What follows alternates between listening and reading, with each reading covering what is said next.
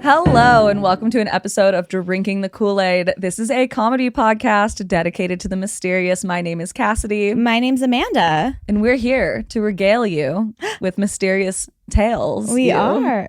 Tales you. Yeah. Yes. I couldn't think of a rhyme fast enough. What rhymes with you?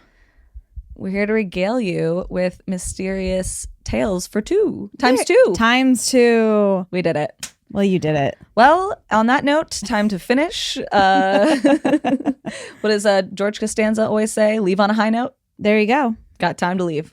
We'll see you guys next week. Gotta go. Yes. Hello, people. Party people. Hello. Hopefully you guys are enjoying our new Spilling the Kool-Aid on our Patreon. There is a new bonus episode coming out this week. Yes. Cassidy just came back from her trip. I did just come back from my trip. So some things were a little delayed. Like her getting home, actually. Oh my gosh. Yes. I realized I realized that the flying culture is just different. And I didn't do it for so long, so many years, that I'm so shocked by it every single time. Like how bad it is. Yeah. That I think that I'm having a uniquely negative experience, and I'm starting to realize that no, that's just how flying is. You know? Yeah. It's like going to the movie theater. Mm-hmm. Where I'm like, why am I always stuck in these shitty movie theaters? And then people are like, no, that's just how it is to be at the movies nowadays. It's so true. And I'm like, wow, okay.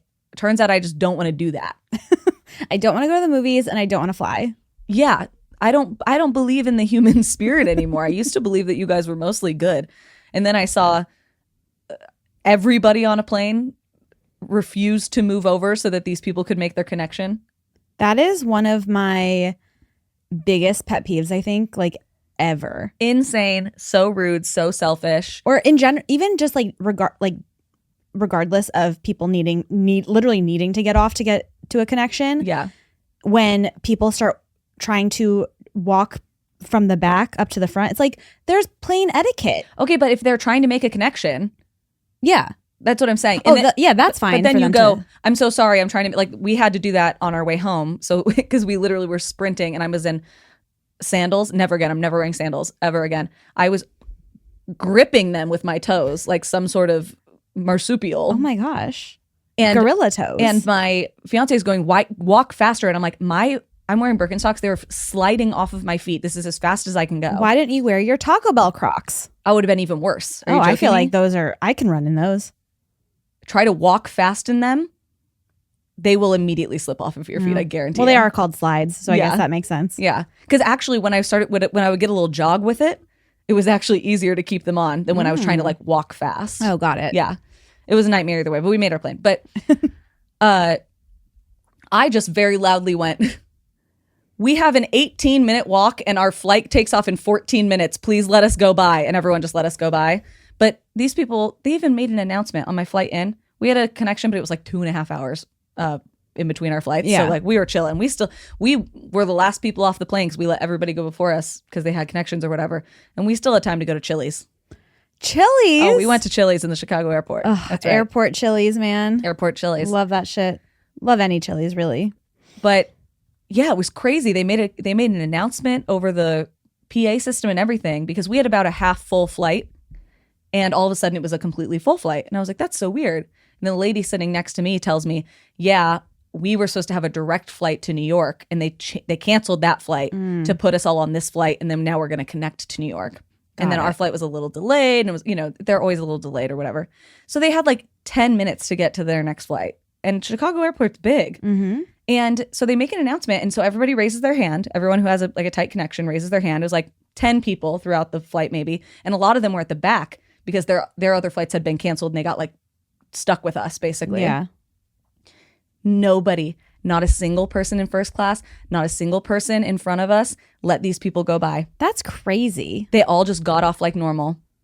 Meanwhile, the second they made that announcement, Andrew and I look at each other and I go, we don't have any connecting flights. We literally picked up our bags and waited in the back, like by where the stewardesses go. So we weren't in anybody's way. Because we were like, we have plenty of time. Like, we're not worried about it. Like, you guys please go. And it was crazy. I was like, oh, I've lost faith in humanity. And then somebody was like, yeah, this is just how it is when you fly. And I was like, oh. We Yeah. live in a society. Mm-hmm. Yeah, it was really disappointing. Also, So if you're someone who wouldn't wait for people, you suck. I hope you know that. Don't listen to this podcast. I don't like you. turn it off now. Turn it off now. I don't like you. You're even worse than the people who don't put their Shopping carts back. away. I was just thinking that. Yeah. It's literally the same thing. In my It's the opinion. same idea. Like if it's not, if what's it going to change? 3 minutes of your life, and if you 3 minutes matter to people making a connecting flight that's leaving in 10 minutes. 3 minutes don't matter to you if you're getting picked up or if you have a 2-hour layover. Who cares? Exactly. Selfish people. I also have to say, I don't know what it is about you and traveling. I have bad luck. Something always goes wrong. Yeah, I have bad luck. Like without fail. Yeah, like when last time I was traveling, they just like wouldn't give me a ticket. They were like, we overbooked the flight, so hopefully you get on. And this time, Cassie texted me, well, you're not going to believe this, but our flight got canceled until tomorrow.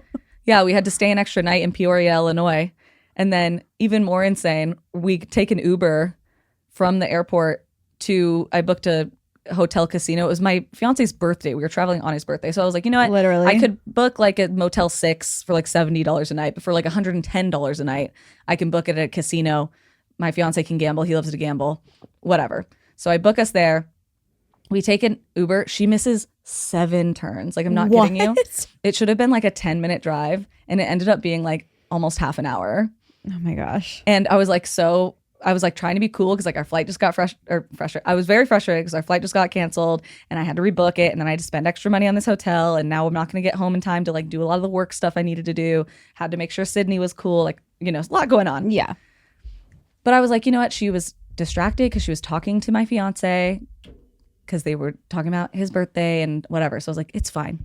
And then the next day, Uber sends me an email. Hey, we have to charge you like $30 extra on that Uber trip because it was so much longer than it should have been. Oh my gosh. Because Uber is assuming that I told her, hey, can we make a quick stop 20 minutes off the route? But that's not what happened. She just got lost. And so I felt bad because I didn't want to like negatively review her because she was a really sweet woman. Right. But I also am like, this trip is taking every dollar I've ever made in my entire life from me. It's not great. It was like so hard. So I was like, okay, I'm not gonna like. They was like trying to make me give her 1 star to get a refund, and I was like, I'm not gonna do that because I know that stuff like really affects their scores and stuff.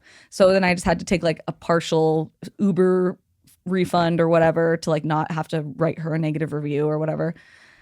It was a lot. It was a lot going on. But you made it back. I made it back. You're here. I'm here. We had a great time.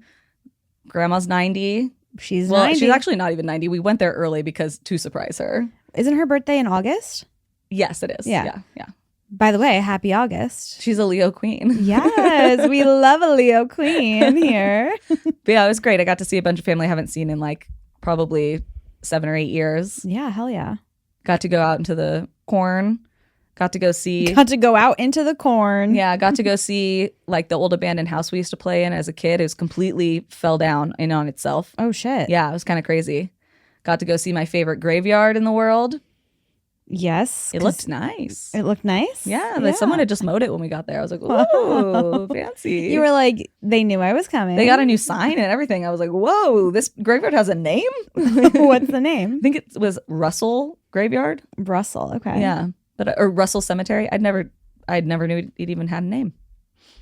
Love it. Love it. Yeah. Beautiful. It was a good trip. Good. How was being here? Horrible. Horrible, huh? Yeah. Well, it was Warped Tour weekend. It was. So I know everything was like slammed and crazy down here. Well, I worked the whole weekend, so I was just busy doing that. Yeah, so you weren't even in Long Beach. No, I had no fun at all.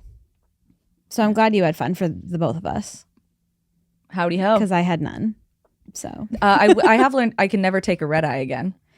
Red eyes are rough. They're not for the faint of heart. Especially if it's not a straight through, because we had to transfer. Yeah. I think if it would have been straight through, it would have been a little easier. But like, I don't know who I think I am taking a red eye. Because when I was 20 to 25 and I was flying a lot, I would take red eyes all the time. I still do. Because I was like, they're cheaper. I can sleep on a plane, no problem. I did not sleep a single second on that plane. I like maybe dozed once, but I was also in the middle seat. I can knock the fuck out.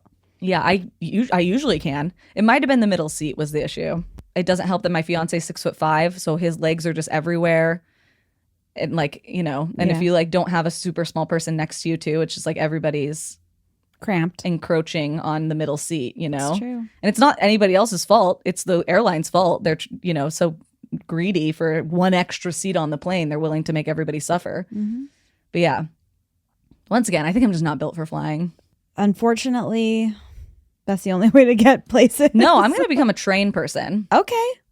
It takes 2 days to take a train from here to Galesburg.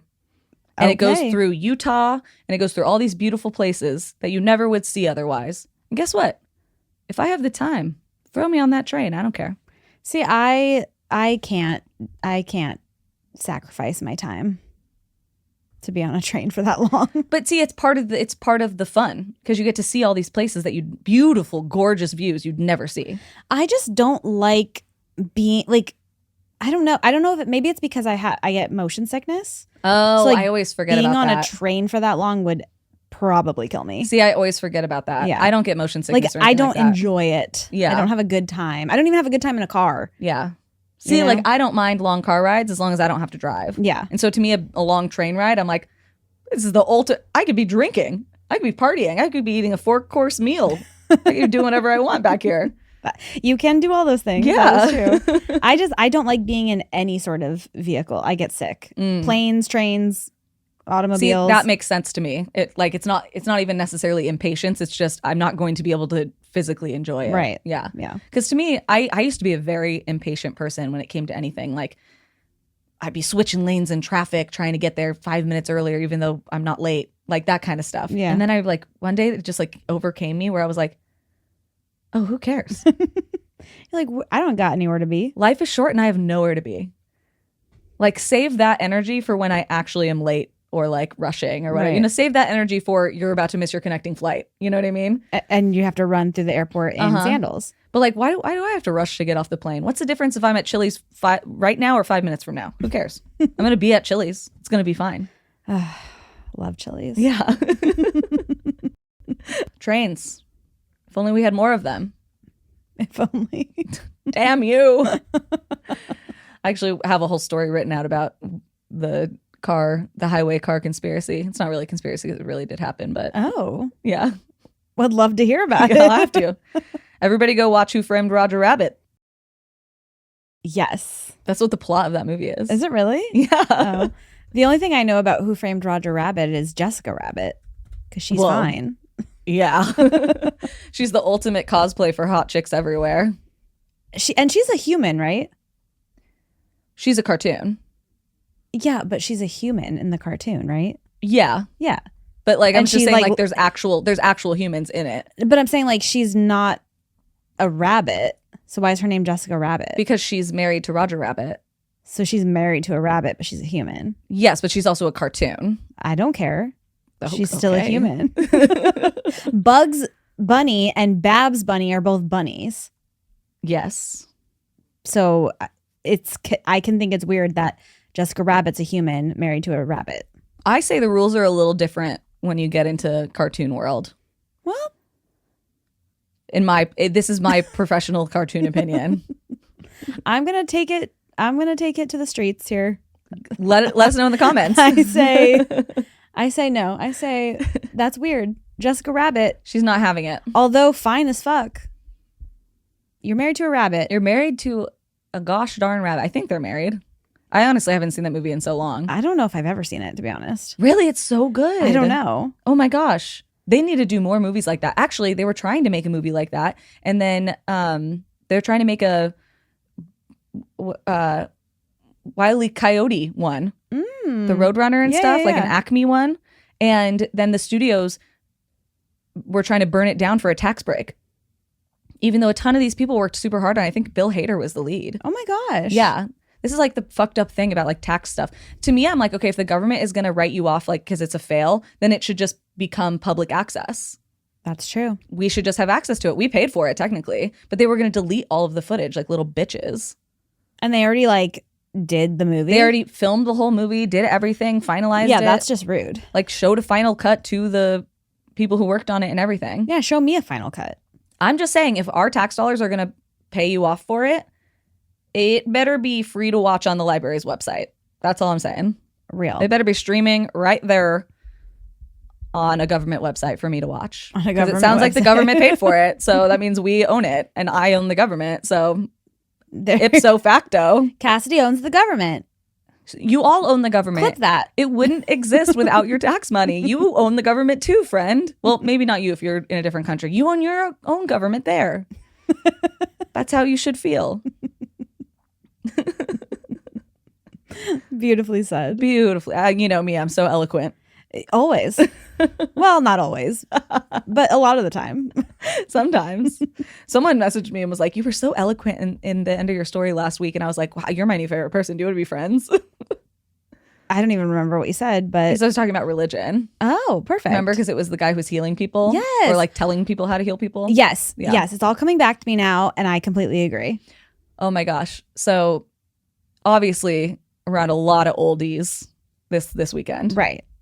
You would not 90th birthday. You would not believe the different ways I had to explain what I do for work. I would love to know the explanations. So I just try to be like, oh, I have a podcast. No idea what that is. Is it an app? It's on an app, but it's also on other things. So I decided that's not the way to go. They don't know what that means. They don't know what the word podcast means. No, of course These are not. people 80 plus.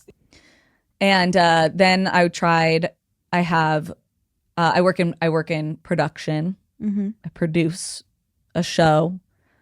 Oh, like every day? No, like once a week. Where does it come out on? Dang it. Now we're back to the apps. Do you see the issue here? Right. Oh, so Yeah. you're still you're just doing workarounds trying to explain the podcast. Trying to explain what a podcast is to someone who has absolutely zero idea what a podcast is.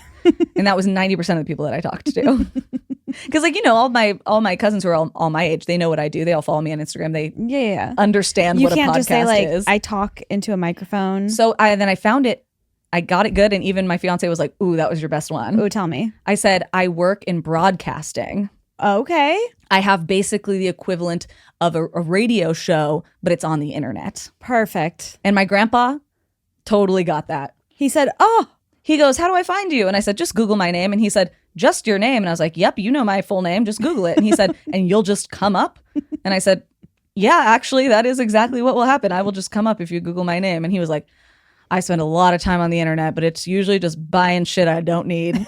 same, same, Grandpa." But I also was like, Grandpa, don't listen to this. No, please. You don't want it. Please. You like me fine enough. You will not like me. The amount of times I've had to say that to people when they're like, "Oh my God, you have a podcast. What is it? Can I listen?" I go, You're not gonna like it. Like I have to like really give them the once over and be like, will this person be okay with this? I don't know.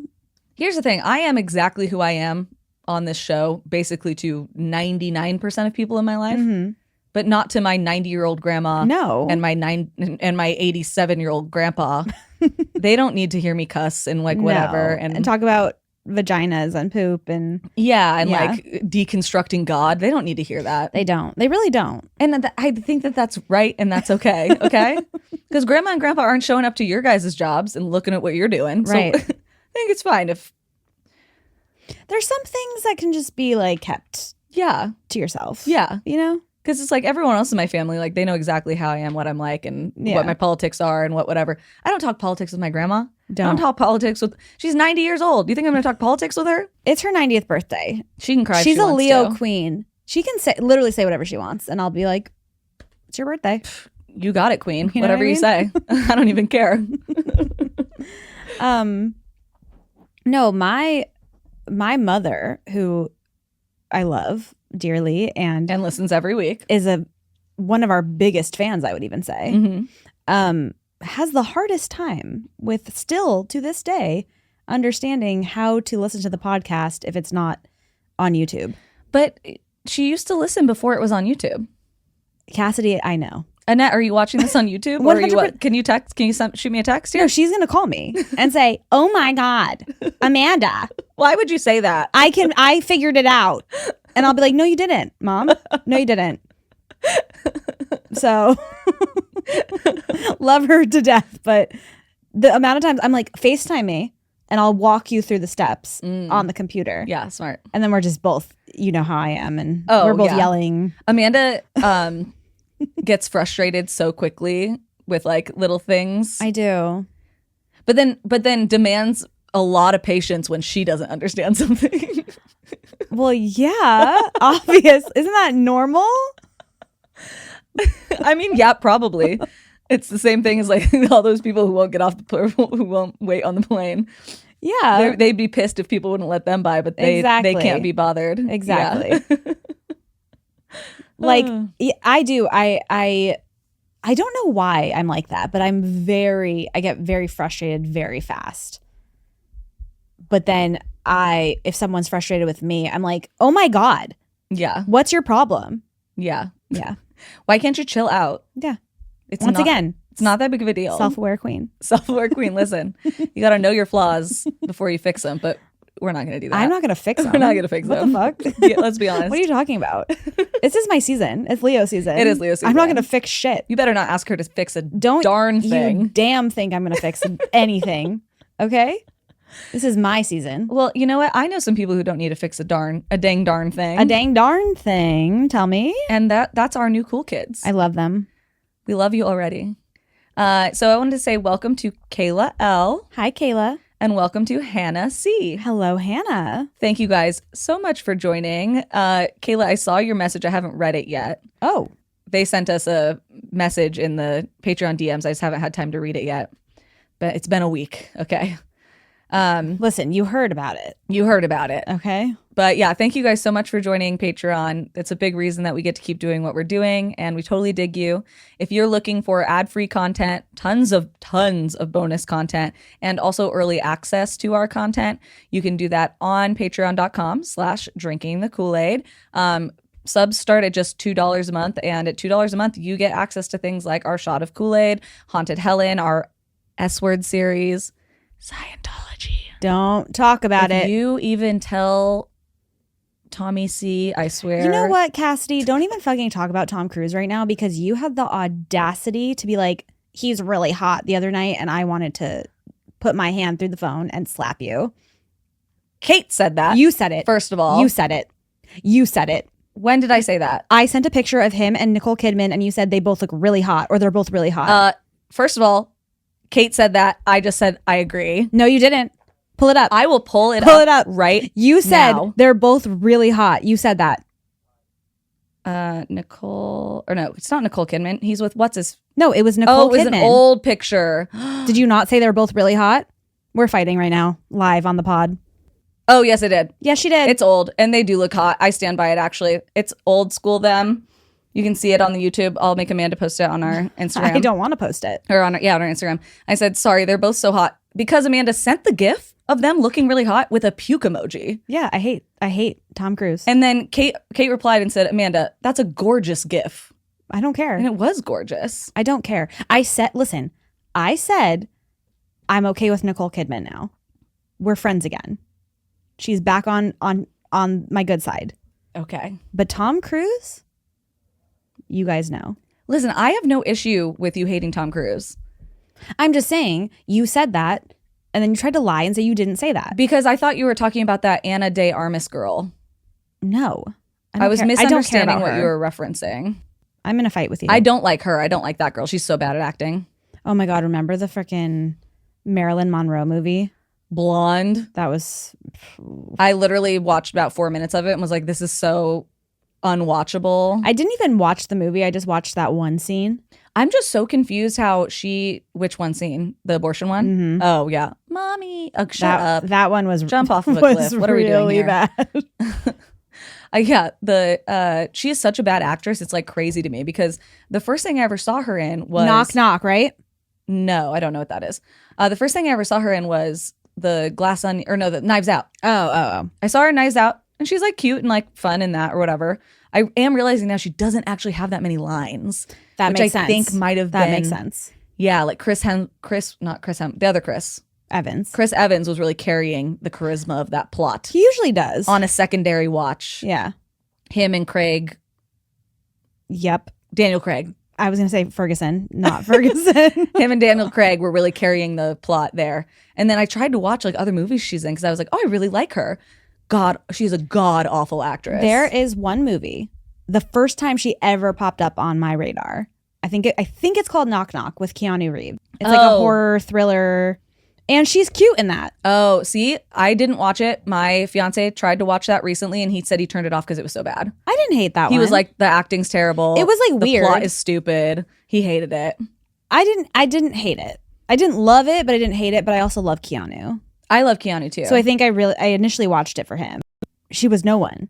Yeah. So I was kind of like, oh, well, now she's kind of like, no one again. That's why she's joining Scientology. That's why she's dating Tom Cruise. She's got that horrible filmography lined up. She's dating Tom Cruise. And she's dating Tom Cruise. Don't send this to them. You can send this to them. That's fine. What are they going to say? You know what happens. You know what they do. Everybody's saying way worse stuff about them dating than us. I'm talking about them. They're going to come after us. Well, anyway, if you want to hear Amanda's unfiltered opinions on them, go on our Patreon. Yeah, $2 a month. You get access to her S-word series. It's behind a paywall for a reason. That's people. Right. But yeah, thank you guys so much for joining our Patreon. Like I said, we can't do it without you guys, and we just totally dig you. We do. Oh, I did want to say happy birthday to Claire. Happy birthday, Claire. Claire is a longtime listener and I would say good internet friend at this point. Absolutely. Happy birthday. We love you. We hope you have the best birthday ever. Looks like you're having fun. You and your husband are out somewhere. Yes. But yeah, happy birthday. Because we're stalking you. We're stalking you. Dun, dun, dun. Well, on that note, do you want to get started? Let's get started. I honestly can't believe that we haven't covered this one yet. So we're going to be talking about the disappearance of Andre Daigle or Daigle. Okay. So my sources today were, of course, Reader's Digest. That's how I found the story. The LA Times archives, Wikipedia, and some more sources that I'm going to reference later on that I'll bring up because it'll kind of ruin the story if I reference them. Okay. If that makes sense. So first, a little bit about Andre. Andre was a 27-year-old construction worker from River Ridge, Louisiana, which is like a small suburb right outside of New Orleans. And him and most of his family lived in this like small-ish town. And he worked as a construction worker, revamping old houses and doing carpentry work with actually one of his best friends. Okay. So on June 9th of 1987, him and his best friend who he worked with, Nick, they go to dinner together. So at dinner, they're having a few drinks, they're having fun, and they decide, you know what, let's like keep this going. Let's go to our favorite local pool hall and we'll play for beers. We'll play pool for beers. Sounds like what you and your fiance like to do. Yeah, basically. Yeah. So they play a few games of pool, you know, trading back and forth. You owe a beer, whatever. And at one point, Andre goes up to the bar at Metro's. That was the name of the bar they were at. And it's his turn to buy. So he's up there, he orders the 2 beers, and he strikes up a little chat with the lady at the bar who's sitting at the bar. And she introduces herself. She says her name is Thelma. He said that she was kind of like fidgety, like covering her face, or like her hair was always in her face. But it's kind of a dark bar, and he wasn't really thinking that much of it, you know, drunk people. I like that name. Thelma, like Thelma and Louise. Yeah. So he gets back over to Nick. Nick kind of makes fun of him. Oh, you're talking to that chick at the bar. And Andre's like, I don't even really know what she looks like because her hair was in her face and, you know, whatever. She was kind of pointed away from me. But she was nice. So the two play pool together. They have a couple more beers and then they decide to head out because they both do work the next morning. It's like a Wednesday night. And they work together even. So they're like, okay, we know we both have to be at work at 7. So let's cut it off early. So they go back up to the bar, make sure that they're all closed out. You know, this is 1987, so cash, not card. And as they're turning to go, Thelma actually taps Andre on the shoulder and asks him if he can give her a ride home. Okay. She explains where she lives, and it's not far from the bar, and it's kind of on his way home anyway. So he agrees. He looks at Nick, and he's like, it's fine. You know, Nick's probably giving him like the, you're going to drive her home, huh? Yeah, wink, wink. Yeah, exactly. And he's like, I'll see you tomorrow morning. And I'm sure Nick's thinking, I'm going to get all the deets. Yeah. Going to get some sweet deets tomorrow. It's my favorite type of thing where I look at someone and I go, you better fucking tell me everything. The second you wake up. Yeah, I better get the tea here. I need a phone call. I need a FaceTime. 1987, girl. Oh, yeah, they don't have that. But the next morning, Andre doesn't show up for work, which is extremely strange. He's a really hard worker, and he's 27 years old. So this is a guy who's been out for some beers and then made it to work in the next morning and been fine, you know? Yeah. But he's definitely not a no call, no show type of person. Once again, he works with his best friend. So he would at least give a call and be like, hey, I slept at this girl's house and her alarm didn't go off, you know, whatever. Yeah. I'll be there, whatever. So by the end of the day, he doesn't show up. So they call his house, nothing. Just keeps ringing and ringing and ringing. And when he doesn't show up the next day, the job obviously tries to contact him again, doesn't work. Nick drives past his house. His car's still not there. So they end up calling his family, and his family is like, yeah, we also can't get a hold of him. So his brother is interviewed in this like documentary episode that I watched about this case. And his brother says like they're a big family and they were mostly in contact like every other day if they didn't just run into each other in town because it was kind of a small town. Okay. So it was weird for over 48 hours to pass and he hadn't dropped by mom's house to borrow milk or called Chris on the phone to be like, hey, I got laid, you know, whatever. Yeah. And so he was like, yeah, it's really strange that we haven't heard from him. And so Chris decides to go by Andre's house as well. He notices that the truck still is not there. Andre's obviously not there. And when he goes inside of the house, he realizes that nobody had fed or taken the dogs out. Oh, no, not the dogs. Which is extremely strange because he loved the dogs and he would never just abandon them to have like a wild weekend away. Like that, you know, he's not like that. So after the family can't get a hold of him, it's been almost 3 days at this point. His car hasn't turned up anywhere. The family goes to the police station. And of course, what did the cops do? They basically say, oh, a 27-year-old man who left the bar with a woman after having a few drinks and you haven't seen him. Yeah, he probably is on a bender. He'll turn up on Monday with a bad hangover. Like, this is not an emergency. We've seen it time and time again. To which I always say, even if that is the case, you are a police officer who is paid by my tax dollars, aka you work and protect to serve me. And what I need is to find out where my brother is. So fucking help me. Yeah. I mean, it's like just because you've seen it time and time again with other people doesn't mean this time is going to be like that. The reason it's similar to, we just had these tsunamis, right? Mm-hmm. And there was luckily not a ton of damage. And everything was, for the most part, in Hawaii and California, fine. Just high tides, basically. But the reason you take it seriously is because the one time it's bad, it can kill a ton of people. Right. So you treat every instance like it's the worst case scenario because that's the safer way to do it. That is the way that you save lives, basically. So, of course, the police don't really do anything. I don't even know if they even fill out a missing persons report. But obviously his family, who knows him, is like, okay, well, we're going to start searching for him, or at least search for his truck. We know his truck.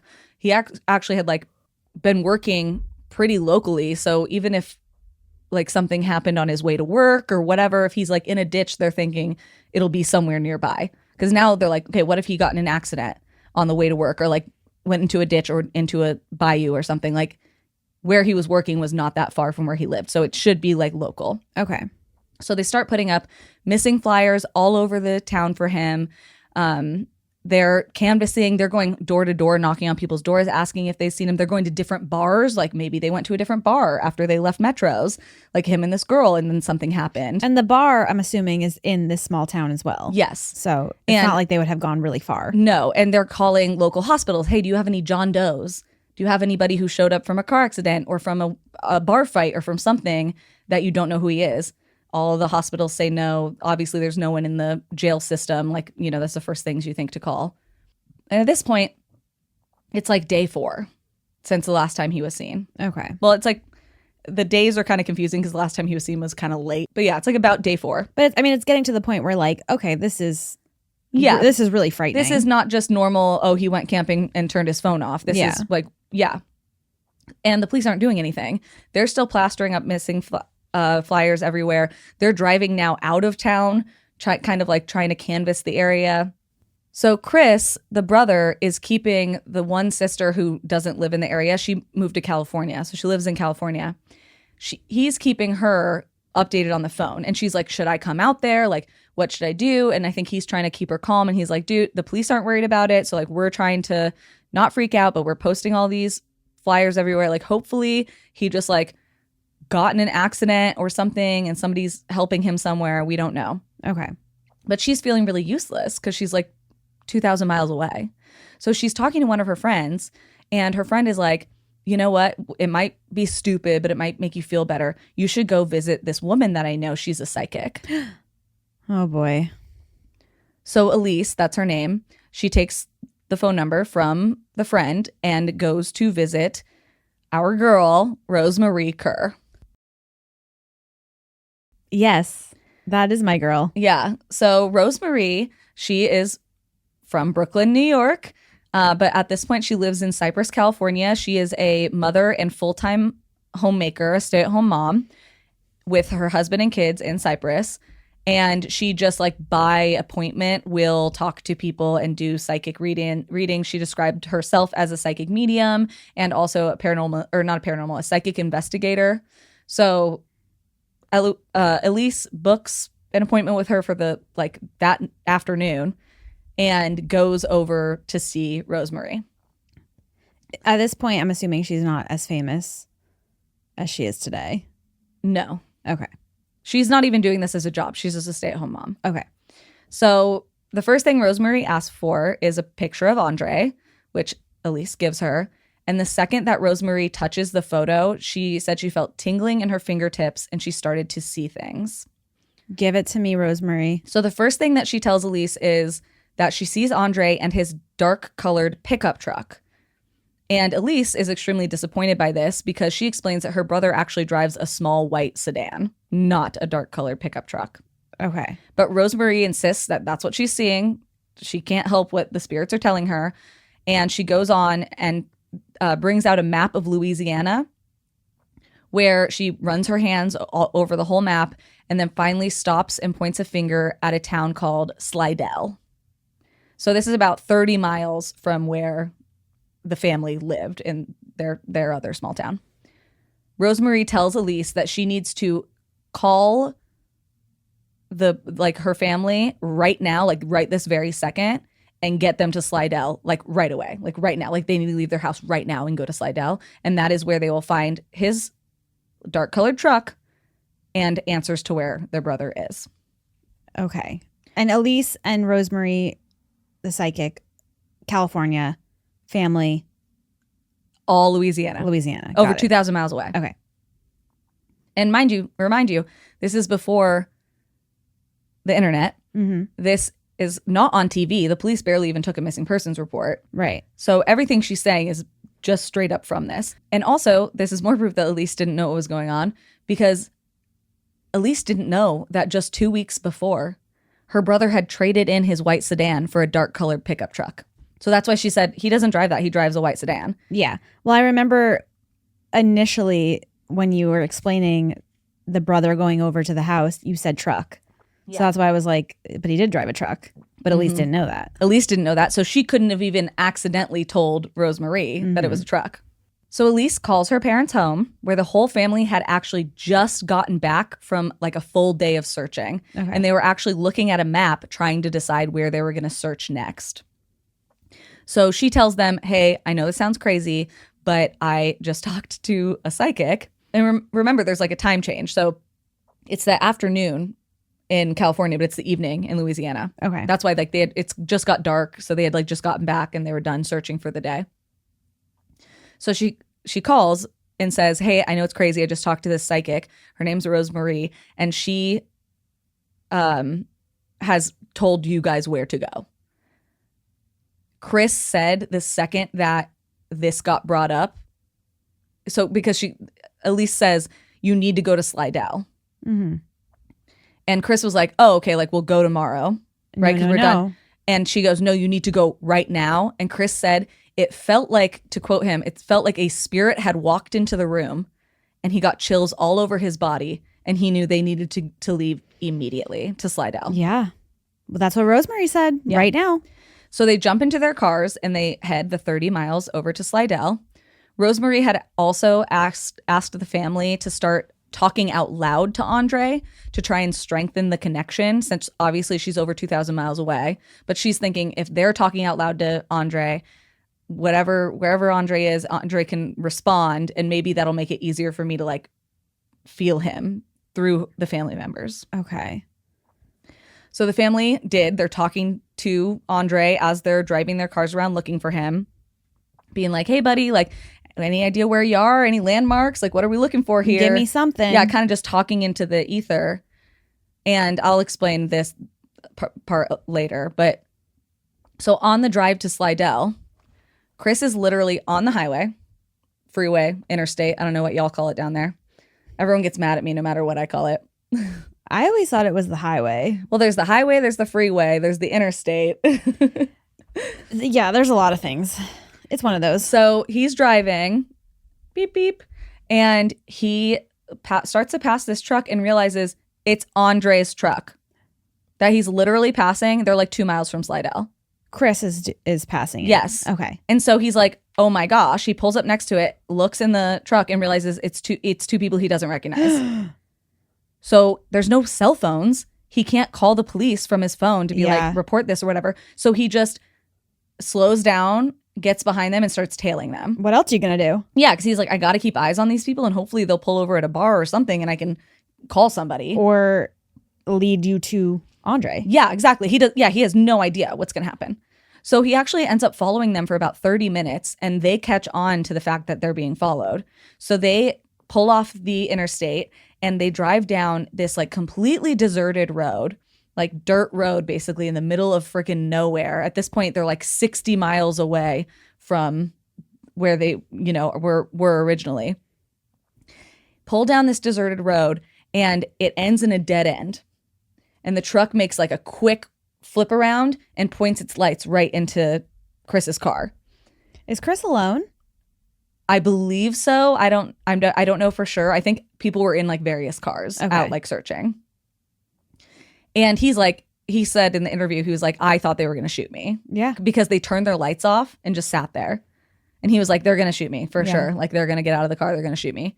But they didn't. Instead, they turned the truck back on and they slammed on the gas and flew down this road behind him. So he's trying to like quickly turn around so he can keep following them.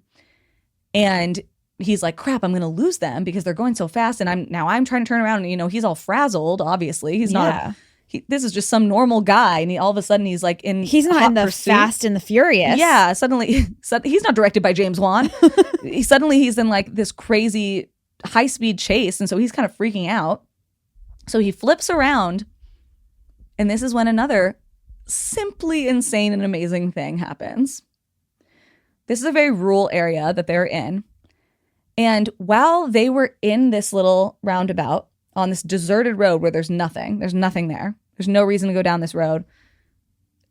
While they're having this little standoff, the only patrol cop in 50 miles had pulled over into this area to like radio in, just be like, hey, checking in, like whatever, pulled off. Yeah. To somewhere quiet to like check in and like probably take a pee break or whatever.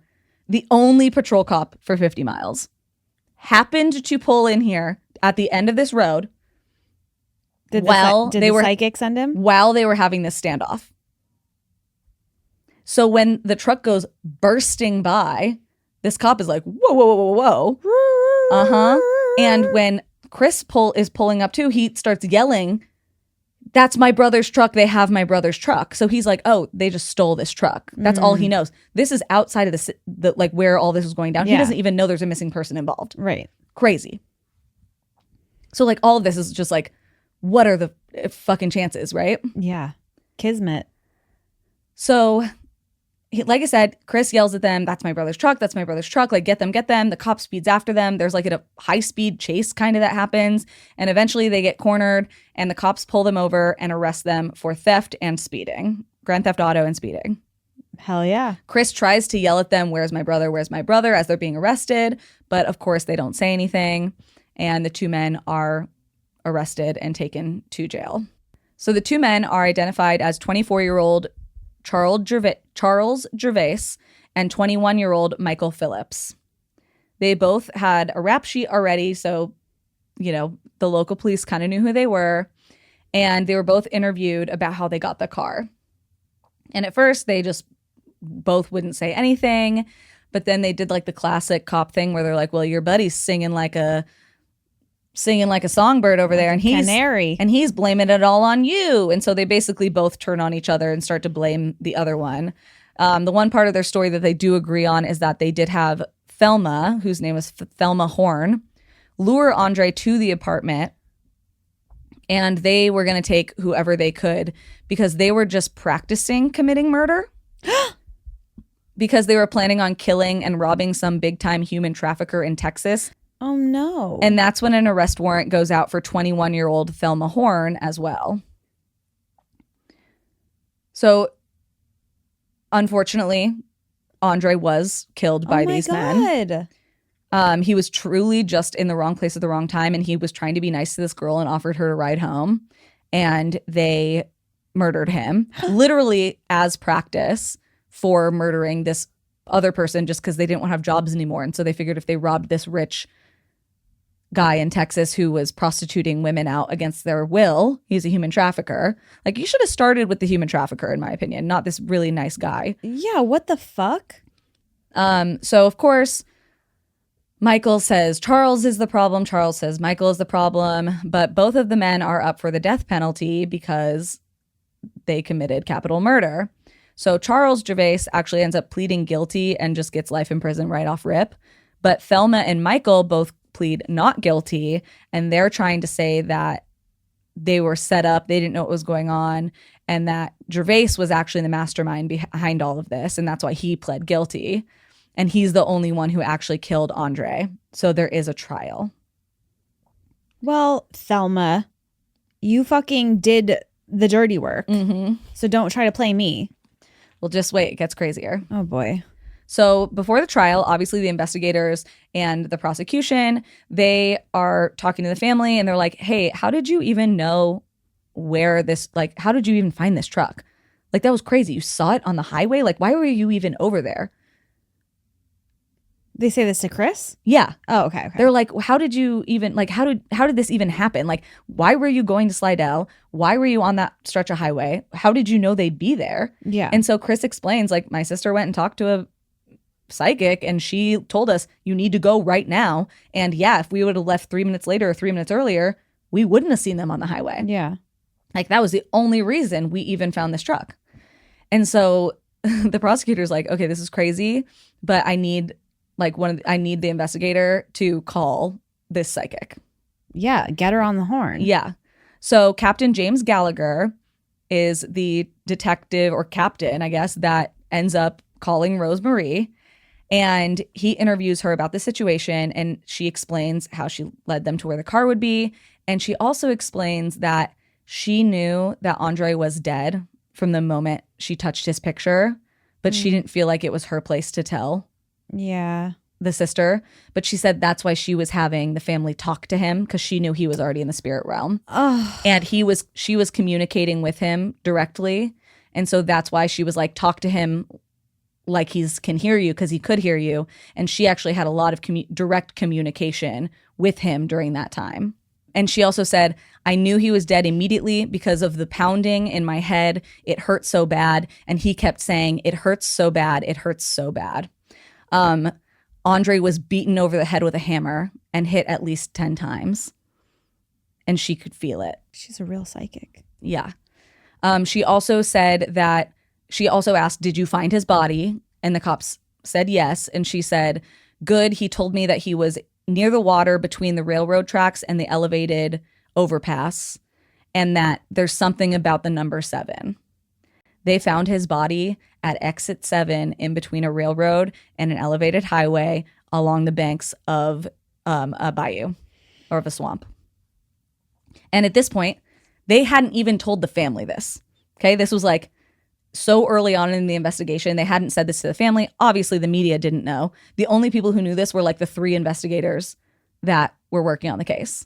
So when she knew that, Gallagher literally said that he called her thinking it was like a load of crap and like this was such a waste of time. And he said ever since then he's been a believer.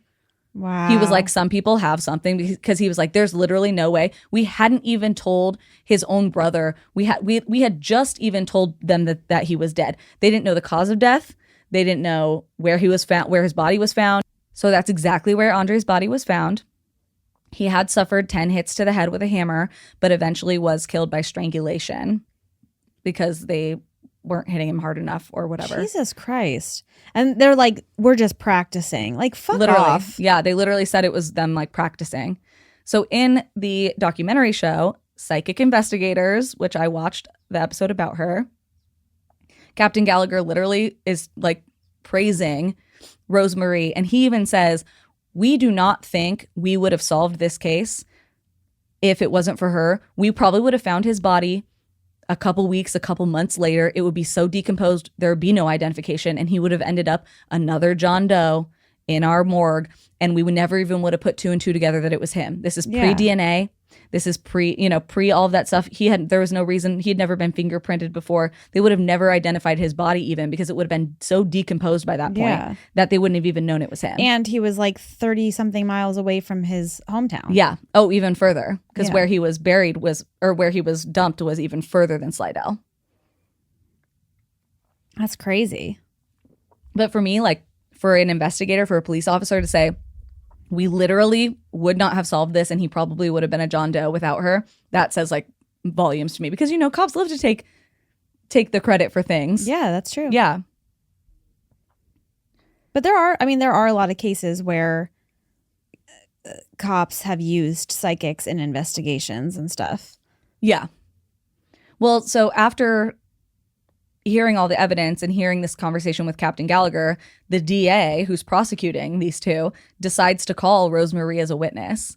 And so she actually comes to Louisiana for the first time ever to testify. She'd never been to Louisiana at all. Comes to testify in a New Orleans court against these people. You better watch out. She knows everything. So a section of her testimony read, this is from the LA Times. They reported this they literally went to Louisiana and watched the court proceedings. Quote, I was moving across the picture for vibrations. She then said that she could picture Daigle in his truck sitting beside a man with long blonde hair. She then saw water, a long bridge, and railroad tracks. And then back to a quote from Kerr. I felt terrible pain in my head, and a voice was saying, my head is killing me. So this testimony is actually the first time that a psychic was ever used in the U.S. court system. Oh, wow. Mm-hmm. Ever interviewed as a witness. And after Rosemarie's testimony, Michael Phillips actually changed his plea from not guilty to guilty and was given a life sentence so that he could avoid the death penalty. Because you can't fucking get out of that. Uh-huh. Thelma Horn was found guilty of second-degree murder and is also serving a life sentence. So all 3 of them either pled or were found guilty and are serving life sentences right now. Right. What year was this? 88 was the trial. Okay. So the prosecutor, the police, and the family all say this was only possible thanks to the psychic Rosemarie Kerr. She has said some controversial things about this case, and mostly it's that she has had communication with Andre, and Andre has asked his family to forgive the people who murdered him. Why?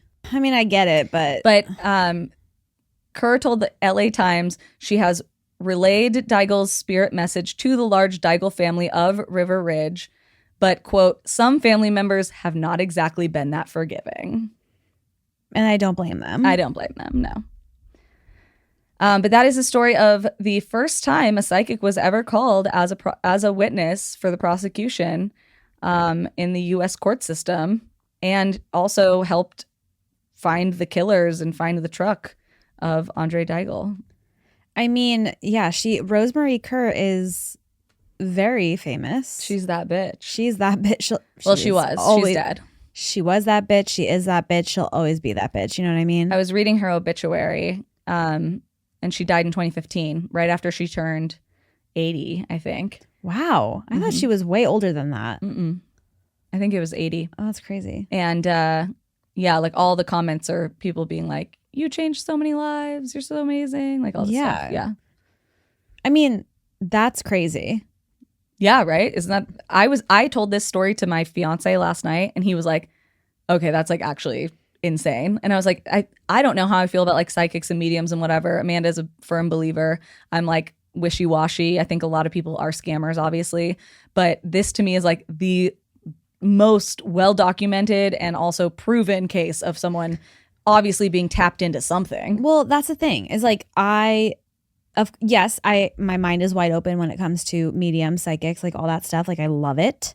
But I also understand that there are scammers. I kind of like, I know like some of their tricks and tips and stuff, like how to get around questions. Cold read, warm read. Yeah, like I know all that. But there's just so many things that I've heard that I'm like, how did they know that? Well, there's like this. The only person she had talked to was the sister, Elise. Right. And Elise didn't even know he owned a dark pickup truck. Exactly. Because she didn't know that he sold his white sedan. Exactly. And also, she'd never been to Slidemore or whatever, like Slidell. She'd never been there. She doesn't even know where it is. And what are the chances that he's driving down the fucking highway and sees it right? Like, come on. That's what I'm saying. Like, that's hard to do when you actually know where someone, like, I could be looking at your location. It would be hard to fucking track you down on the freeway. Like, that's crazy. No, that's what I'm saying. Like there's so many things that you hear with psychics or whatever that you're just like, okay, there's no fucking way that they could possibly have known that. Yeah. And like, I'm glad that there are stories like this that are just so like, I'm sorry, how do you explain that? Right? Yeah. That people have to be like, well, there's something to this. Like there has to be, yes, there's scammers, of course, but there has to be some people out there that are the real deal. Well, I was going to say, what do I always say about stuff? Even if 99% of it is fake, 1%, that's still pretty impressive. Exactly. Yeah. There are people out there, whether you want to believe it or not, that have special gifts. There are. Yeah. Well, see, to me, and I know you love her, Teresa Caputo, but like to me, I'm like, this is why people like this are so compelling to me, because like to her, she's a multimillionaire off of this. Yes. So to me, I'm like, well, I see the scam right in front of my face. Whether it's a scam or not, I don't know, but I see the grift. I see what you're gaining. This lady literally was a stay-at-home mom, didn't get paid to do any of this. She just kind of did it. Yeah. And her like took care of her kids and like was not a big celebrity. She was like well known in like the psychic world, but she was not a big celebrity. She never, even in this interview, so funny. In the interview for this, the psychic detective show or whatever, she was like, yeah, I mean, you just say what you feel. I don't know what do you want me to say? Like they were like trying to get her to like make it like mystic and like whatever. And she's like, no, I just see this and then I say it. That's it. Like she's so matter of fact and just like, yeah, it's just this thing. She doesn't like attribute it to God. She doesn't attribute it to anything. She just says like, yeah, when I touch a photo, I can usually feel like the vibe. And if something comes to my head, I just say it. Yeah. Like that. Like even when the sister was like, no, he drives a white car. She was like, I don't care because he's in a dark pickup truck right now. She's like, well, this is what I'm seeing. So yeah. And even like the saying, hey, he wants you guys to forgive these people. Why would you ever say that to a family that's grieving unless you actually heard it in your friggin' head? Because that is the totally wrong thing to say to someone who's grieving. But she's like, this is what he told me to tell you. It's not my opinion. I wouldn't forgive him, but like that's what he wants. Yeah. I don't know. I fucking love psychics and mediums and all that stuff. Yeah. And now Andre gets to rest in peace and his family gets peace of mind, because how many times have we heard it from people who are missing? The waiting, the not knowing is the worst part. At least having that, I guess, sense of closure in some way is nice for the family. Knowing someone is dead is 10 times better than wondering for the rest of your life. Yeah, no, absolutely. Like there's no question. I've talked to and watched interviews and read interviews from enough people that have both found and not found their people to know that that is true. Yeah. I don't think anybody would ever be like, no, it's better not to know. Right. Like, no, it's not. But yeah, so that is the disappearance of Andre Daigle and how Rosemarie Kerr helped bring his murderers to justice. Wow. Yeah. Okay, so Cassidy, you have been on a mystical little journey lately. I've been on a psychic tear, you could say. You could say. Mhm. Yeah, I like it for you, to be honest. So we're just going to keep going with some, I guess yours would be paranormal-ish. Are you doing a haunting? Yeah. I fucking psychicked that, by the way. You're a psychic. Last night, Andrew goes, I told Andrew my story, and he goes, oh, is Amanda covering something similar? And I was like, no, but I would bet $1 million she's covering a haunting tomorrow. That's weird because I switched it last minute. That is weird. Yeah. Yeah, I was like, I would bet $1 million she's going to do a haunting. Like, I was like, this is my prediction. Because the story I was going to do today, I am going to do next week, and it's not a haunting. And I literally switched it last minute. I knew it. Do I know my baby or do I know my baby? Do I know my baby? Maybe you had a little Rosemarie Kerr in you. A little, just a little. So today we're going to talk. Just enough to be annoying. You know what? A good annoying though, you know? We're going to talk about the North Head Quarantine Station. Okay. So my sources were a video actually that I watched on Time Out Australia, which was like an interview with somebody that works at this place. And then timeout.com by Maxim Boone. AdelaideHauntedHorizons.com by Allison Oborn. TheParanormalGuide.com. And then a little bit of Reddit and a little bit of Wikipedia. Got it. All right, so the North Head Quarantine Station is also known as the Sydney Quarantine Station, also known as the Manly Quarantine Station, and now it's just simply called the Q Station. Okay. And this is obviously located in Sydney, Australia, on the Manly Peninsula overlooking the Sydney Harbour. Beautiful. Shout out Australia. Shout out Australia. The station originally opened on August 14th, 1832. Dang. And it was used for exactly what it sounds like. It was a place to quarantine people that were coming over to Australia on ships to ensure that they weren't going to like infect the people of Australia with any sort of disease or illness. Was this still when it was a prison colony? I don't know when that ended.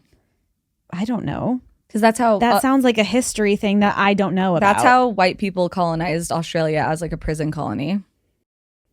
People came over on ships and Australia was like, had to make sure, do not bring any diseases or illnesses here. So they had to quarantine them at this location. So I don't know exactly what the rules of Australia is today. Like, I don't think you have to quarantine to visit or anything. But what I do know is that I have like a family friend that moved there a couple of years ago and they had to quarantine their dog.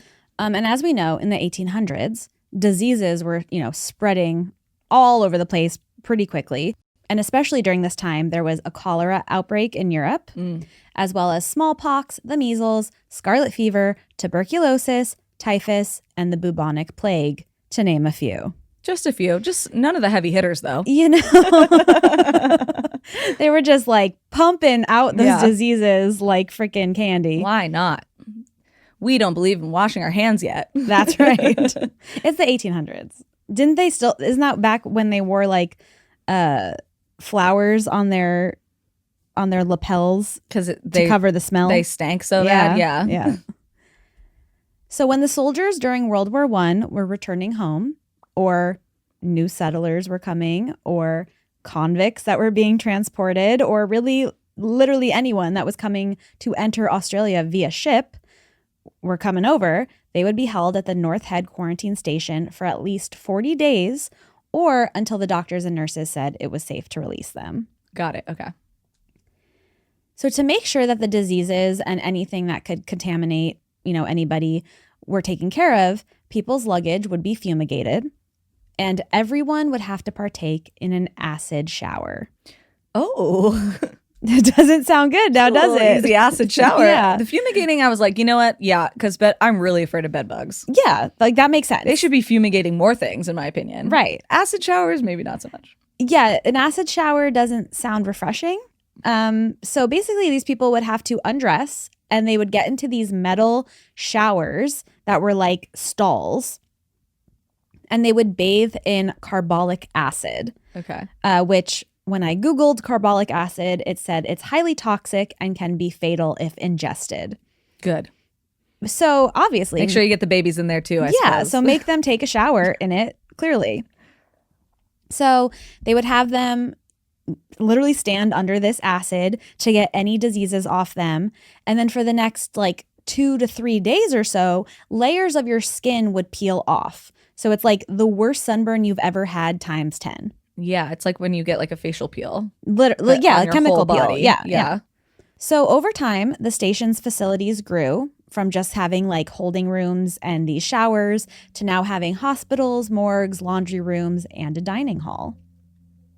Because so many people were coming through here. Like, Yeah. I think over the time, they said it was like 26,000 people had come through this quarantine station at some point. That's quite a few. Yeah. Especially for back then. So the station operated for 150 years. So it saw a lot of diseases through this time. Like the ones I mentioned, you guys know them. Multiple plagues. Multiple plagues, the Spanish flu, all of it. And it's estimated that about 572 people have died there. But that could very well be not the correct number. Yeah, skewed. Yeah, I mean, like 26,000 people came through here, and you're going to tell me 572 people died there? Yeah, after like long trips on boats where people get really sick, they're in close quarters, they're not showering, they're not taking care of themselves, they're not eating. They all have scurvy and shit. Yeah. And also, as you could expect, the conditions at this quarantine station weren't the greatest, Yeah. you know? So I would assume more people died there, but they probably also weren't properly documenting all of the deaths. Yeah. Sounds familiar. Yep. And a lot of those people that died there were also buried on the property because there had been 3 different cemeteries built there between 1837 and 1925. Well, yeah, if they're coming over, they don't have any family or anything. It's like, where would they be buried? They're not going to take the ship space to send them back. All 3 of these cemeteries were eventually closed, and only a handful of headstones in the 3rd cemetery even still remain there today. Don't tell me they built over it. Well, Okay. Gray area, I'm hearing. I don't think they built anything like actually on the cemeteries, but I do know that there was like brush fires and stuff that kind of like swept through them. Okay. So it destroyed everything. And So it's probably hard to tell exactly where correct. bodies might be. Yeah. And the first 2 cemeteries, I don't even think have any headstones left over at all in them. And what I read was that some of the headstones that were like preserved from these fires or whatever happened are on like display in some of the buildings, but they're not where the bodies Yeah, are. they're not marking the grave. Correct. So yeah, that's kind of an upsetting thought that there are a lot of people buried in 3 different cemeteries, and there's just like nothing that shows that they're there. Yeah. Yeah. So the quarantine station stopped operating and closed down in March of 1984. The site has since been repurposed. Do you want to guess what it is? A school or a hospital? No. Is it some sort of government building? No. Resort? Yeah, it's a hotel. Oh, geez, Louise. That seems so fucked. I mean, I get it. It's probably beachfront property. It is. But it seems fucked. They even have a private beach. Oh, man. I think it's called the Quarantine Beach, if I remember correctly. But it has now turned into the Q Station Hotel and Conference Center. The rooms in this hotel are still the original accommodation areas that the people were quarantined in for all those years. Okay. Also, I was reading like the description of it on the website, and they said that because they are trying to like stick to the original history of the quarantine station, the building doesn't have air condition. So all of the hotel rooms. Boo. That's one of the best things about being in a hotel room. You crank that down to 60. Yeah. Yeah. So all the hotel rooms, like literally on the website, it says this, that they don't have AC, but don't worry, all the rooms do have a ceiling fan. Boo. I would rather book a hotel full of ghosts that I knew hated me and wanted me out that had AC than a completely ghostless hotel with no AC. Right. Well, don't worry. There are a lot of ghosts here that hate you and want you out. Yeah, so you're just getting the it's a real lose-lose is what I'm hearing. It's not great. It doesn't sound great. But don't worry, beautiful views. That's great. So my phone has beautiful views. I've seen some Instagram pages that changed my life. You know what I mean? So you better believe, everyone knows the history of this place and they know that it is freaking haunted. So they obviously do ghost tours here and there is a lot of paranormal activity and we're going to talk about that. All right. Lay it on me. All right. So you know how when people go on ghost tours often, typically they're like, oh, it was a great tour, a lot of history, but I didn't see anything. I didn't experience anything. Yeah. Maybe I got weird vibes just because maybe they're imagining things because they're in this area. It's dark. They're hearing spooky stories. They maybe feel a poke. I don't know, whatever. Well, allegedly at the Q station, the ghost tours seem to be popping off. Oh, really? Yeah. They're seeing stuff. They're seeing, they're feeling, Listen, they're hearing. When I don't have AC, I'm also seeing, feeling, and hearing way too much. Way more than I would like to. You know what? That makes a lot of sense. Yeah. Maybe they're delusional from the heat stroke. No, I'm just saying it's easier to piss me off when I'm hot. I'm thinking I definitely, I don't have AC. And this morning, with my ceiling fan on, I texted you. I was like, I keep seeing things out of the corner of my eyes. She did say that. Yeah. Because I did. I kept on seeing, I'm not even joking. I saw something that I thought was like a figure in my doorway. Nothing there. Then I thought I saw something on the side of my bed on the left side. And I whipped my head really fast. Nothing there. And then that one time that I did look and my cat was staring at me. But seeing stuff out of the corner of your eye is also a sign of sleep deprivation. Maybe you haven't been sleeping enough. I have been really tired. You gotta start sleeping in. I don't know how to do that. I wish I did. I know, it's sickening. I know. All right. So according to people that have stayed in the hotel rooms overnight, they have reported the dresser drawers pulling out and opening on their own. And then the wardrobe doors that are a vertical standalone closet, those doors often will swing open and purposely hit people that are standing next to it. Okay, that's a little funny. Yeah, but that's just because the ghosts are like, fuck you, bitch. Fuck you, get out of here. I don't want you here. You guys are here for fun, fun in the sun. I'm here because I'm being quarantined for eternity. That's right. Well, at least until the heat death of the universe. Everybody knows that. Everybody knows that, guys. Hello. That's how ghosts work. In the area of the hospital that used to be the doctors and nurses accommodations, there is said to be a woman dressed in a gray nurse's uniform that was obviously worn back then. She is seen silently gliding up and down the hallways, and she'll kind of go into the rooms that used to be the wards. Before she is seen, people have claimed to experience an icy chill all over their bodies. And some people have, because I think from what I was reading, those wards in the hospital area are also hotel accommodations. Okay. You can sleep there. That's part of the rooms. So some people have claimed to wake up in their beds and they see the gray nurse standing at the foot of the bed. She's just checking your vitals. She's checking. Let her do her job. She's a nurse. She's a lady with a job. What you hate women now? You don't like women in STEM? That's what I thought. I mean, what is she supposed to do? She needs to keep working in the afterlife. Mm-hmm. God, imagine. No, I can't. I can't imagine. Ugh. If I'm going to be in the afterlife and I have to work still. I was going to say, if being a ghost is real and you die at your job, you just are stuck there. God, just heat death me now. Yeah. I can't do that. No. I don't want to work for all eternity. I don't want to work now. I know. Yeah, it's horrible. So it is said that she brings a sense of both comfort and unease to the witnesses that have seen her. I feel like she's probably a comforting ghost.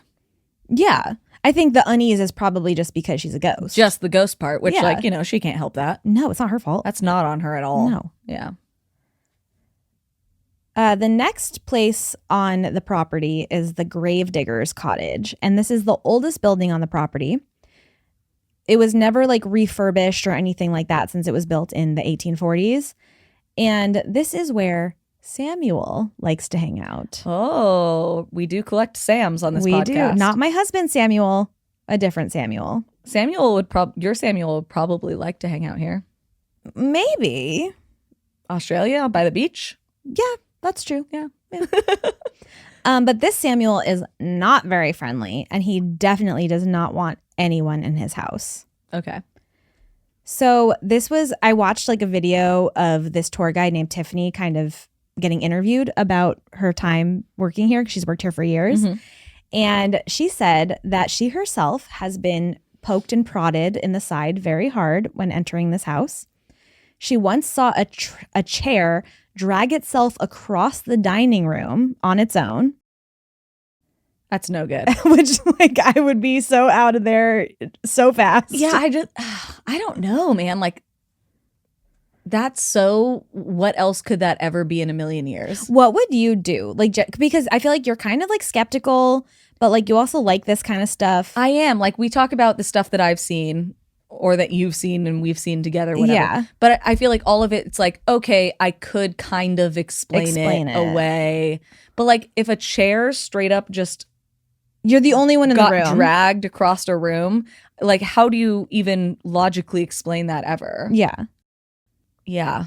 I don't know. I mean, I don't know. It would change my life. I would probably just have to go insane. I would probably just tear all my hair out with my fingers and just run into the street like a crazy person and just live like that until a car hit me or whatever. Probably. I don't know. Perfect. I'm just trying to be real with you right now. I don't know why that's not the answer I was expecting for you to say. Well, Tiffany she doesn't give a fuck, apparently, because she keeps working there. She's also captured several photos of hooded figures that are just standing in different rooms throughout the cottage, and she like showed them in the video, and she's like, yeah, I've captured all these freaky. Can I see them? Do you have them? I didn't. No screenshot? I didn't screenshot them, but I can show them to you after, and I'll post them on the YouTube and the Instagram. Okay, thank you. Tiffany also told a story that one night she was doing like a site check at the morgue, because that was one of their duties. They had to do these solo site checks in different rooms or buildings around. And she had her notes app open on her phone because she was kind of like using it to write some stuff down that she was checking on throughout the night. And before she walked into the morgue, she clicked the screen off. So her phone was off. She goes into the morgue, she checks it out, and then she comes out and she goes back onto the bus. When she sits down on the bus, she clicks her phone screen back on, and on the top of the notes app, it just said, hi, hi, hi, hi, hi, hi. No. Tiffany, you're a stronger woman than me. But like, even that, like, see, like that, it could be like, okay, it was in my back pocket. Maybe it wasn't clicked off right. Like, that's something I could explain away. The chair dragging. That to you is more goodbye. Yeah. I don't know. If I saw hi, hi, hi, hi, hi written across the top of my phone, like my notes app, I would lose my mind. I just feel like I could explain that away. You know what I mean? Like, okay, it was on my butt, it was in my back pocket or whatever, and it touched something. But like the chair dragging. The chair dragging is, dude, I almost lost my, you saw, I almost threw up. Yeah. When we were sitting here and this went and back in, and I saw it, and our backdrop sometimes, actually on multiple occasions. Twice. It's done it twice now. Yeah. It has specifically the two right in between us, the leaves will just come out and then go back in, and it only ever does it. It looks like it's breathing. It looks like it's breathing, and it only ever does it when we're not recording video. Mm-hmm. It only ever does it when we're doing our Things Are Getting Weird episodes. Yeah, when it's dark. And do you remember last time it happened and it came out and did it, and like I watched it fucking happen, and I was like, I was so sick, and I asked, can you do that again? And if it would have done it again, I would have had to tear all my hair out and leave. And run into the street. I'm naked. No, now you're naked. Yeah. At that point, yeah. Well, the weirdest thing is that the first time it happened, I thought it was you left the window open or something? Yeah, I thought it was like something back there. Yeah. But then when it went back in, I was like, oh, that doesn't make sense. It didn't rustle. No. It literally specifically pushed out. Went. Yeah, pushed out and went back in. Yeah. Yeah. Yeah, so that was definitely creepy. We don't want Cassie to tear all her hair out and run to the street naked. Is that what you want from me? I can't live like that. So the Q station, it's kind of just known for having like dark, shadowy figures and apparitions of all kinds roaming around the property. Yeah. And there was one story about a visitor pulling into the parking lot, and they had to slam on the brakes because out of nowhere, a group of people started walking across the street in front of them, and they like clearly didn't see them coming from anywhere. And it was like multiple people. Yeah. But then when the person looked more intently, they realized that all these people were just slightly transparent. Little ghosty boasties. A little ghosty group. They were doing a ghost tour, but the ghosts were the ghosts on the tour. Oh my God. Cute. Cute. That is cute. Little ghost actually. vacation. Yeah.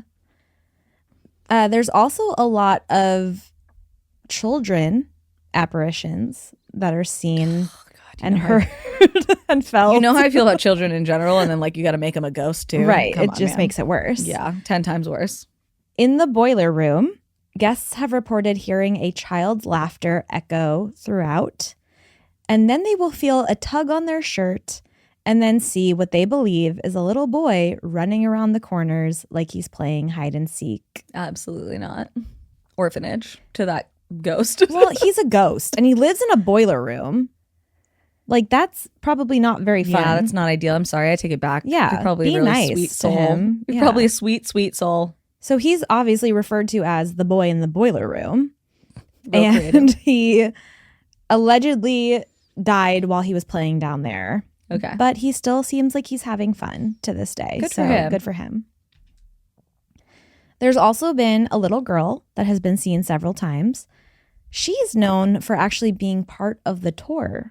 Oh, okay. Cool. So people that are on the tour have felt someone grab their hand, like while they're walking around, and they look down and they see this little girl. So they're like, oh, you know, she's probably with her family on the tour. She just got scared, grabbed a random stranger's hand, whatever. She's a little cutie. They just Yeah. let it happen. And then at some point, she lets go of their hand. And at the end of the tour, the people look around and there's no little girl or children on the tour at all. That's something that happens at the Queen Mary a lot. Is it? Mm-hmm. Ooh. Yeah. Isn't the little girl Jackie maybe in the pool? Or just like It's just something that happens on the tours or in photos a lot. Sometimes you'll see a little little hand? girly ghost hand around someone's hand, or a lot of times kids will be like, stop it, she's trying to hold my hand, like on tours or like in Ew. at events. Yeah. Gross. Yeah. Gross, as she smiles bigger and bigger. Gross, but I like it. You know what's funny? Here I am sitting in my chair in my Yes. living room. Yes. Or not your it's not my living room, in our studio, going, oh my God, I like it. I would hate that. You would tear all your hair out And run into the street naked. I would. Stark raving mad. I would actually jump off the Queen Mary into the ocean. And it's not very deep there. It would be a very terrible plunge. Yeah, it would be horrible. Then you would be a ghost on the Queen Mary. I would, which would be kind of cool. Honestly, if you're going to haunt somewhere, It would be the Queen at Mary. least it's somewhere with other ghosts too, so you can start drama when you show up. Like you'll be like the new kid in school. I would for sure start drama. Yeah. Yeah. Wherever the fuck you are. You know it. Yeah. The scariest place in the entire station is known as the shower block. So this is obviously the metal stalls. Where the acid showers The took acid place. showers. It's like these metal stalls, and that's where the acid showers would be.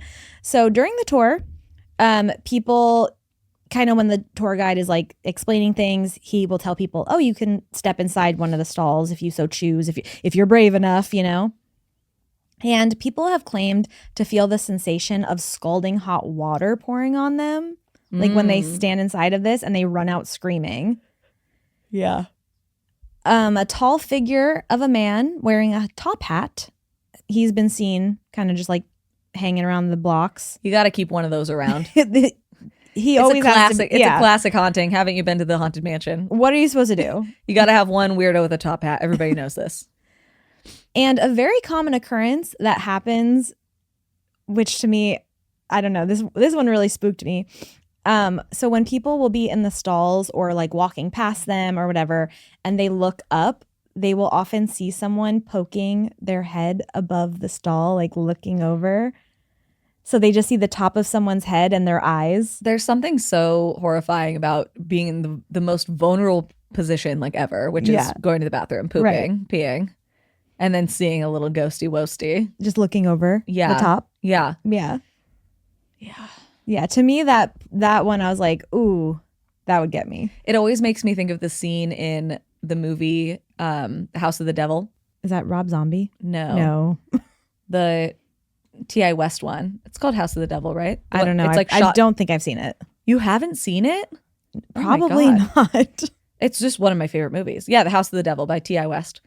And there's a scene where she's like babysitting and she gets scared by something, so she like grabs a knife, but then she needs to pee, so she pees with the door open and she's holding the knife. And I'm like, yeah, like because it's so scary peeing when you have to pee and like there's something scary going on. Also, like, there's gonna be something in the shower. Well, because you're like, great, now my pants are gonna be down. Yeah. You know, like I can't run away. And so she's like peeing and she has the knife in her hand. And like, it's one of my favorite scenes because you never see that in horror movies very often. Yeah. And so I was like, that's such a great scene. And it's realistic.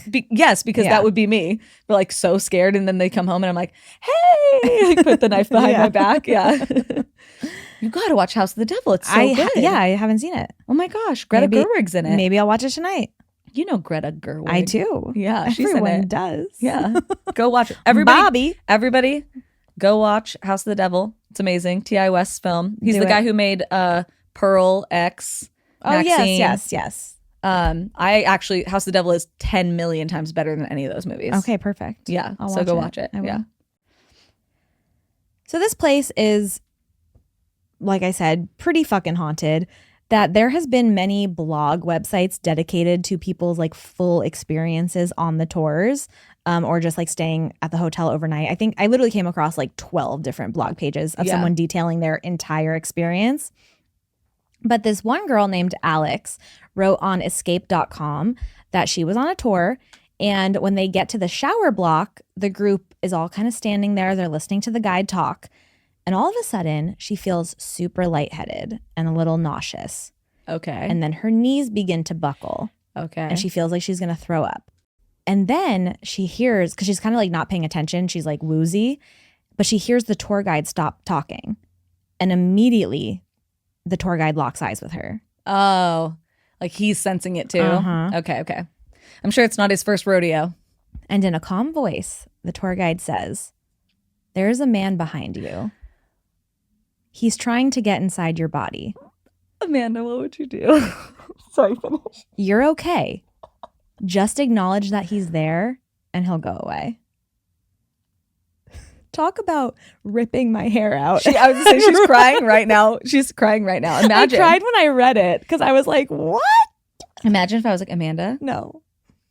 don't look. No. But right behind you, there's a man and he's trying to get in your body and you're already feeling sick. I'm crying right now. I'm sick. Like, what would you even do? No, I would lose my mind. You're shaking. Why are you shaking? Oh, I don't know. I've been really shaky the last few days and I haven't even had caffeine. I think I'm just dying. I was like, you're scaring me now. I'm just normal dying. It's okay. It's not caffeine. I'm just normal dying. Just regular old dying. No, but like genuinely, what you're on a tour. You're on a tour with people you don't know. And this happens to you, right? And you're like, of course it's me. Yeah. That's what I would feel like. You would be like, no. I'd be like, first my flight gets canceled. Now an old man's trying to get inside me. What's new? It's just like working at Twin Peaks. You know what I mean?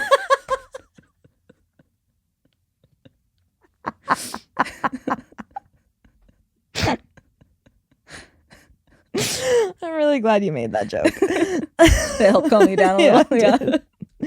So Alex, who is the writer of the story of her encounter, she writes then on the blog, there was a who now and he was trying to what? Yeah, for real. And then she said, you know, she somehow was able to mouth the words, I know you're there. And then all of a sudden, the dizziness, the sick feeling, the nausea all went away. Wow, this little pervert. And she was calm. He was only into it if she didn't know about it. Ooh. What a freak. Well, like a pervert, you know? Just like a pervert. Yeah. But yeah, I was just like, the way I would lose my damn mind if that happened to me on a tour. Allegedly, there's also either like a shadowy figure or an apparition of a man that is possibly said to be a demon or an evil spirit. Sure. That is lurking around the vicinity, that when you encounter him, He shows you your worst fears in life. Sounds like the Midnight Man. Kinda, yeah. Yeah. And I couldn't get much more information other than that. Someone mentioned it in like a video I was watching. Okay. I don't know if you get like some sort of a vision of your worst fear. I don't know if you get sucked into like a portal, if it happens at night, if you dream it. I don't know. But Australia is already full of our worst fears. So Spiders. all the bugs, all the creatures that you could possibly imagine. Like pretty chill with 90% of bugs. Spiders scare me though. A huntsman spider. Yeah, don't even get me started. I just watched this video of this woman who was getting married. They're doing their vows. In Australia? I don't know where they were. Oh, okay. And a nest Yes, I saw that video. of spiders Yep, fell on her onto head. her head. Mm-hmm. And all the comments were like, girl, if that is not a sign That you shouldn't get like, married? would you still get married? Or would you be like, we got to rethink No, this? I am superstitious. Yeah. Goodbye. I'd be like, give me your phone right now. What's in there? What's in your phone? Yeah. Hand it over. Hand it over buddy. right now. Yeah. I'd be terrified. I'd be on that search history if, I knew anybody who had a laptop. What are you looking at? You gotta. That's crazy. That is crazy. That's Signs from above. literally from above. Yeah. They dropped onto her head. It was crazy. It's gotta be Australia. I don't know where. It was daddy long leg spiders at We least. love you, Australia, but you guys know. Your spider situation. You know the deal. And I get messages all of the time from people being like, I promise it's not that bad. I live near Sydney, so it's not in the outback. And I only see a spider like once a month. And I'm like, do you know how often I see a spider? Once a year. Barely If ever. that. You know what I mean? And if I do, it's the littlest, babyest spider you've ever seen in your entire life. And it's trying so hard to get away from me. And I scoot it outside. I don't kill them because I know they're good for the environment. Don't kill them. I'm not a monster. But I am scared of them. Listen, we all can't be our one Australian listener that has kangaroos in their backyard. Because that's fun. How has nobody made that B movie? Kangaroos versus giant spiders. Right. Like a Sharknado situation? Yeah. Come on. We've got everything else. Kangaroo. Give me a- NATO. Give me a like spiders that there's like some sort of, it's coming to me.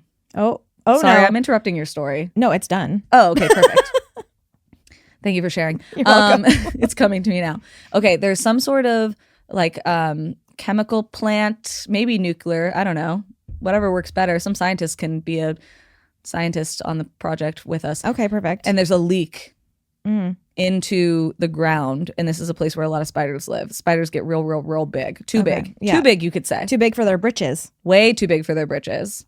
It's like Harry Potter. And what's our last line of defense? Those big, scary red kangaroos. Mm-hmm. They're fighting. They're buff. They're so buff. Yeah. They're drowning these giant spiders in the river. Oh, there's a in the lot river. of stuff happening. We're all fleeing. Well, not me. I would never be in Australia. But people who are there are fleeing. I'm going to the North Head quarantine station. We're fleeing to the quarantine station because ghosts over spiders any day. 100%. And frankly, big buff kangaroo. How has this movie not been made? Cassidy? Somebody give me a cool 60K. I bet I can figure it out. Yeah, I think so. Yeah. Yeah.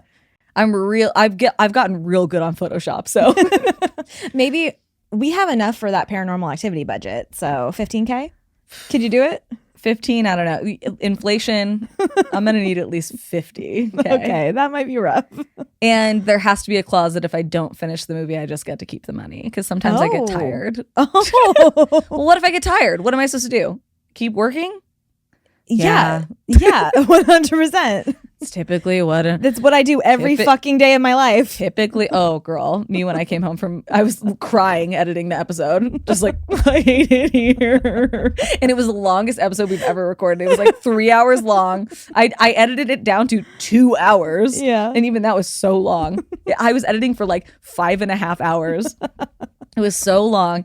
And I had just gotten off of like my 5th plane. And we still got it out. And guess what? We still got the episode out on So Wednesday. there you go. Professionals. So I guess I'm not as much of a quitter as I thought. Wow, cheers to that. Wow. Good job. Woo. Oh, well, I really liked that story. Thank you. And it's, by the way, it's only a 4-star hotel. Probably because of the no AC.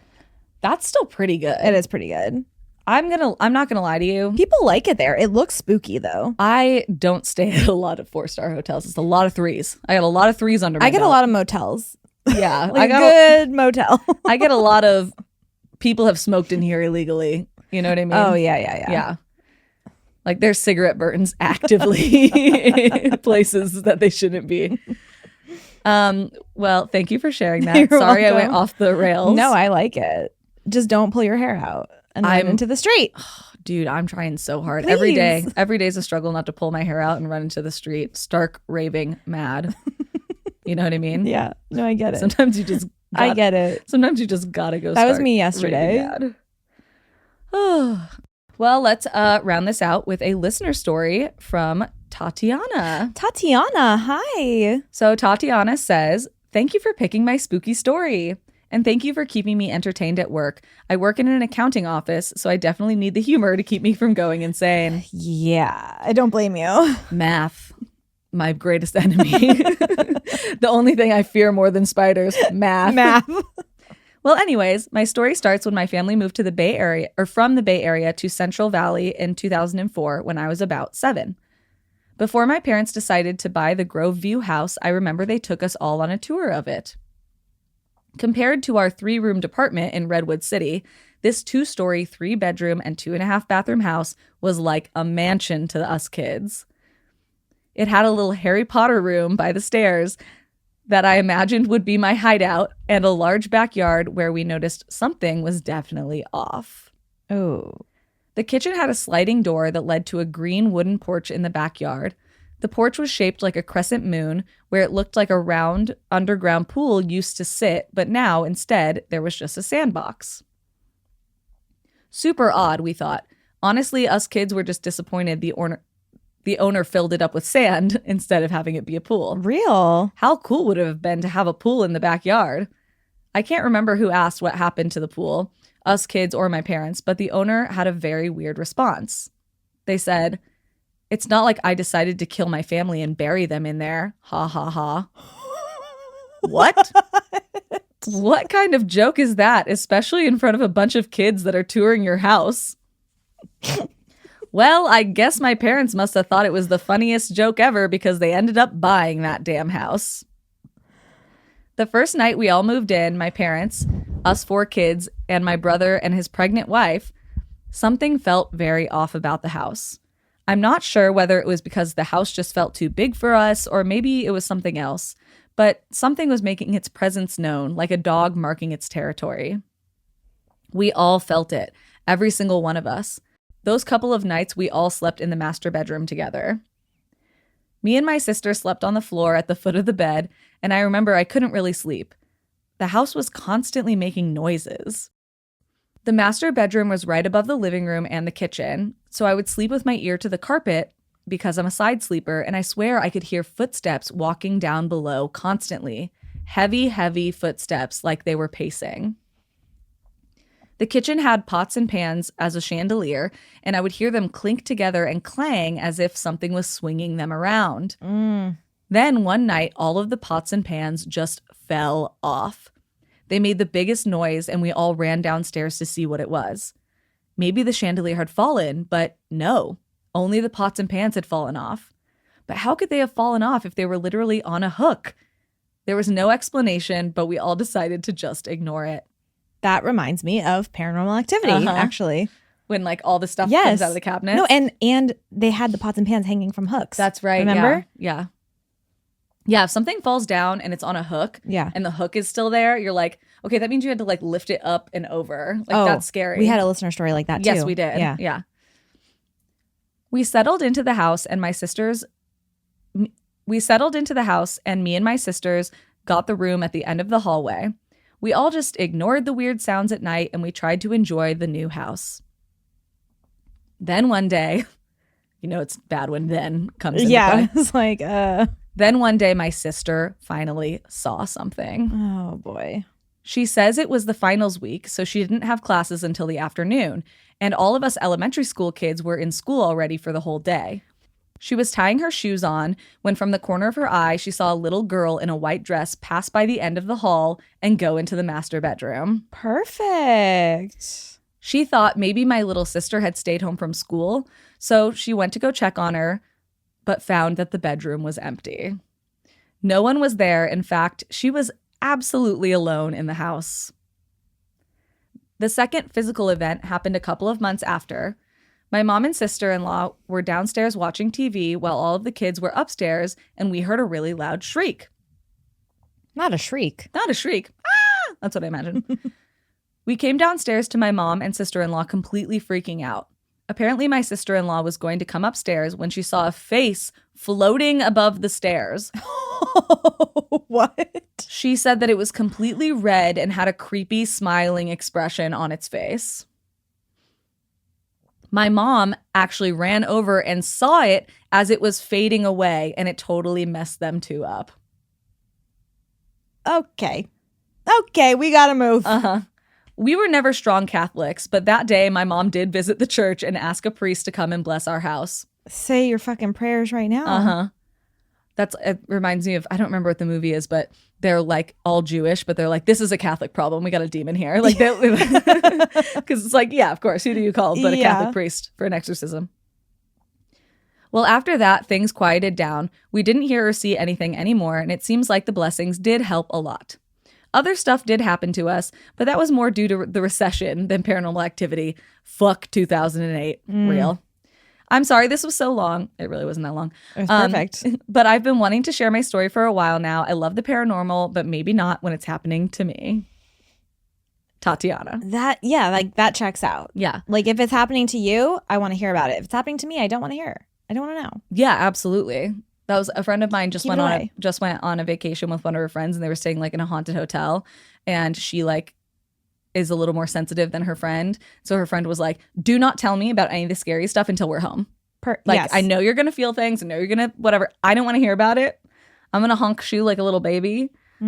Tell me about it when we get home. So, and that's what she did. I support that friend. Absolutely.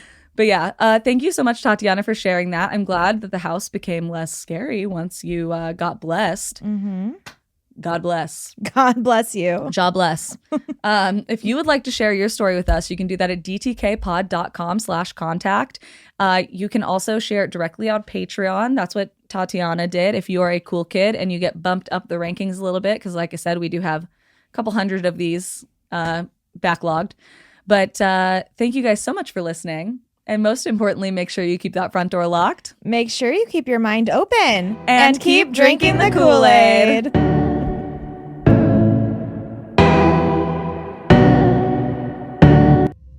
Looking for your next true crime podcast? Then consider checking out my show, Truly Twisted, wherever you get your podcasts. Hi, my name is Alicia Watson, and each Thursday I will be bringing you a twisted story that is always victim-focused and fact-based. My goal is simple, bringing a voice to the voiceless. So be sure to follow me on Instagram and TikTok at It's Truly Twisted. And for more on my show and other amazing creators, visit fireeyesmedia.com. And in the meantime, remember, you are wanted, you are loved, and you deserve to be here. And I'll see you there. Fire Eyes Media.